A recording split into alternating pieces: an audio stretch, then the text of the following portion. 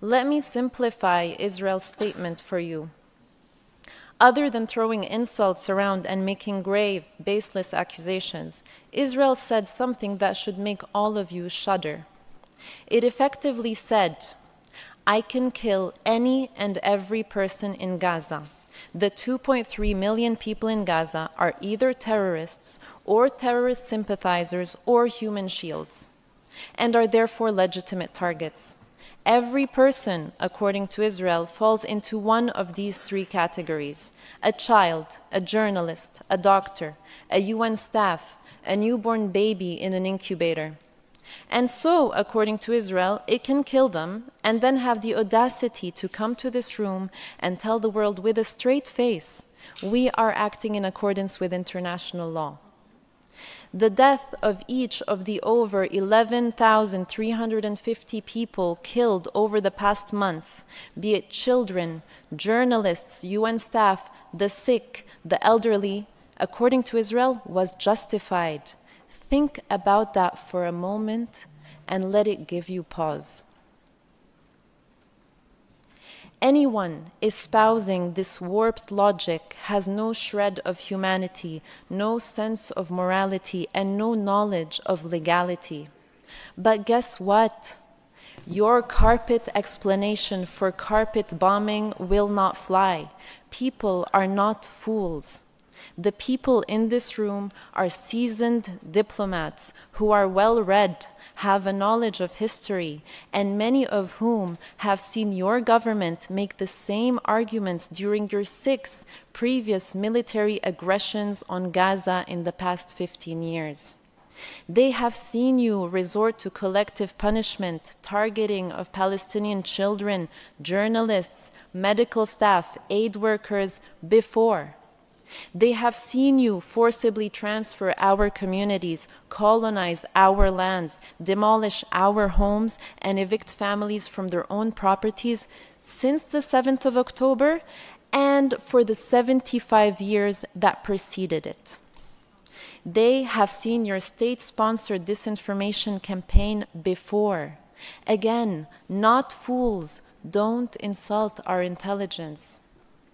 By saying that it is acting in accordance with international law, Israel is effectively saying the UN Secretary General, the UN High Commissioner for Human Rights, the WHO, UNICEF, OCHA, UN Special Rapporteurs, the UN Independent Commission of Inquiry on the Situation, human rights organizations worldwide, disarmament NGOs worldwide, humanitarian NGOs worldwide, countless legal experts are all wrong.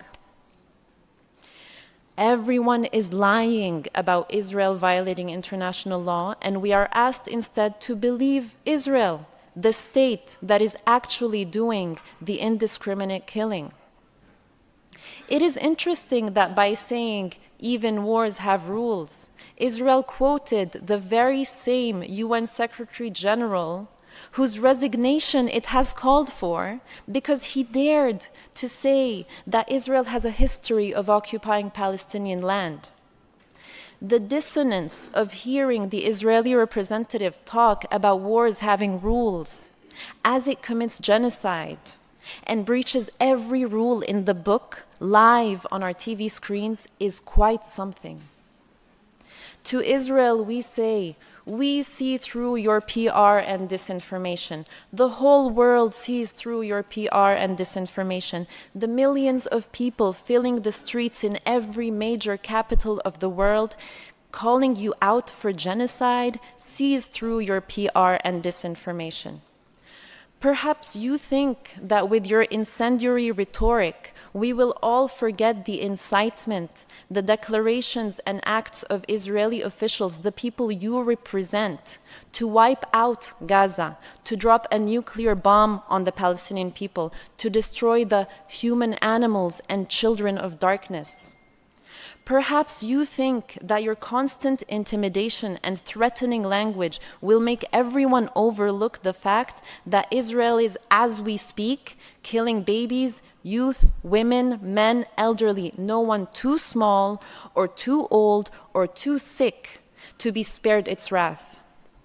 Perhaps you think that by cutting off telecommunications and imposing yet another blackout on Gaza, you can continue to commit genocide while avoiding the annoyance of people being able to use their phones and computers to report on it.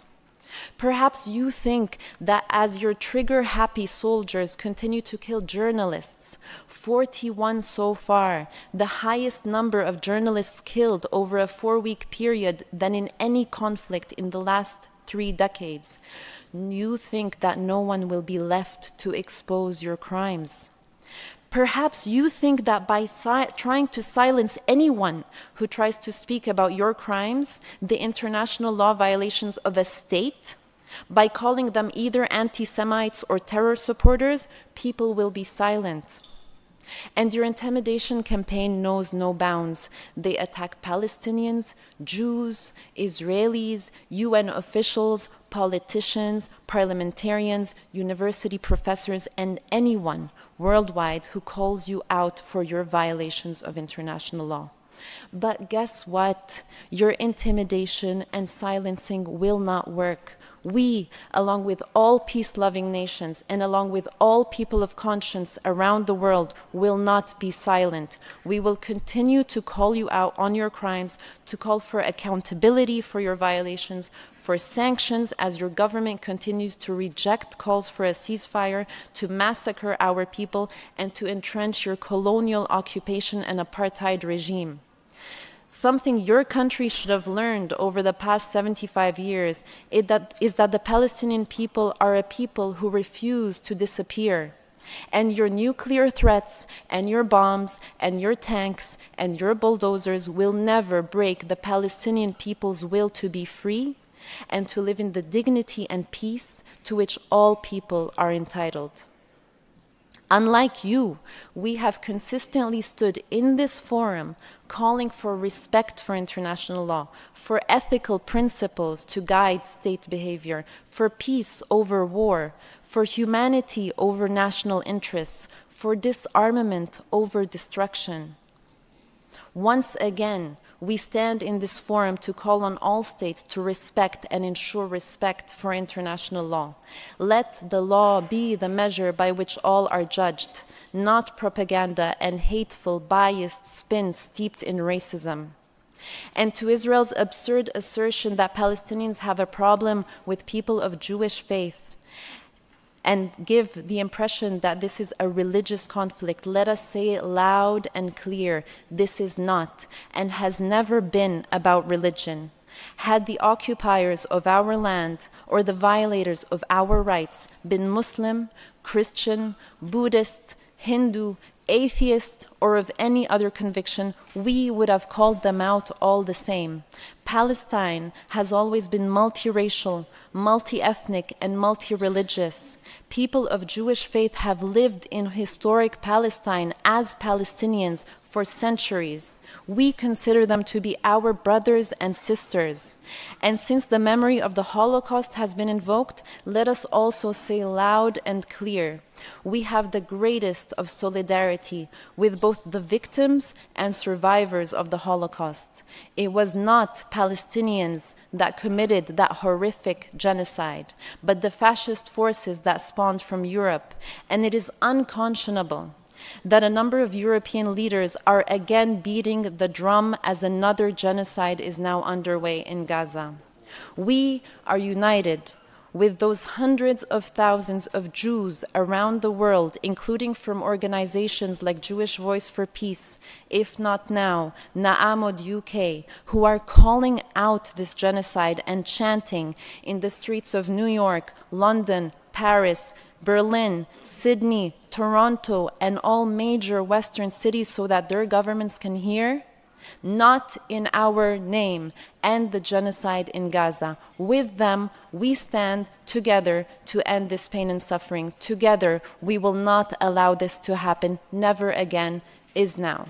In response to the European Union and states that claim that Israel is acting in self-defense, I am now convinced that there is another international law that we don't know about, that the European Union, Switzerland, the United States, and others are referring to when they use the term self-defense to describe the commission of war crimes and crimes against humanity at scale. One that allows collective punishment, indiscriminate attacks, wanton destruction, racial discrimination, as long as your name is Israel. They just forgot to teach us this law in high school. That is why there is such a misunderstanding between us. When they say that Israel has the right to self-defense in Gaza, perhaps they would like to define their use of the term for all in this room. Are you saying that dropping the equivalent of 2 nuclear bombs over the heads of 2.3 million people in one of the most densely populated areas on Earth constitutes self-defense? Is destroying over 50% of all civilian infrastructure self-defense, starving civilians, imposing a medieval siege, forcibly displacing millions of people, killing UN staff? Is this self-defense? Do your governments feel no shame using language intended to justify the killing of thousands of children? So let me correct it for you. Carpet bombing an occupied, besieged, colonized population with the latest military technology is not self-defense. It is genocidal aggression. And we encourage your governments to seek legal advice before making such statements. Under international law, an occupying power does not have the right to self-defense against the territory it occupies, and I refer you to paragraph 139 of the ICJ advisory opinion on the wall.